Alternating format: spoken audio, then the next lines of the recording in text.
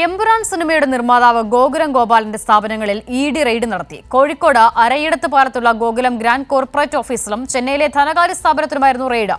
ED raid കേന്ദ്ര സർക്കാരിന്റെ പകപോക്കലാണെന്ന രാഷ്ട്രീയ വിമർശനമാണ് ഉയരുന്നത്.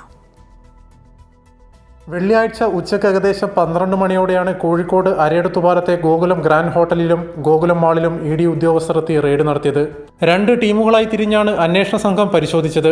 രാവിലെ ഗോകുലം ഗോപാലന്റെ ചെന്നൈ കോടമ്പാക്കത്തെ ധനകാര്യ സ്ഥാപനത്തിലും ഇഡി റെയ്ഡ് നടത്തിയിരുന്നു. ഇതിന്റെ തുടർച്ചയായാണ് കോഴിക്കോടിലെ സ്ഥാപനത്തിലും പരിശോധന നടത്തിയത്. ഏകദേശം 3 മണിക്കൂറോളം പരിശോധന നീണ്ടുനിന്നു. പരിശോധന കഴിഞ്ഞ് മടങ്ങുമ്പോൾ മാധ്യമങ്ങളുടെ ചോദ്യങ്ങൾക്കൊന്നും അന്വേഷണ സംഘം മറുപടി പറഞ്ഞില്ല.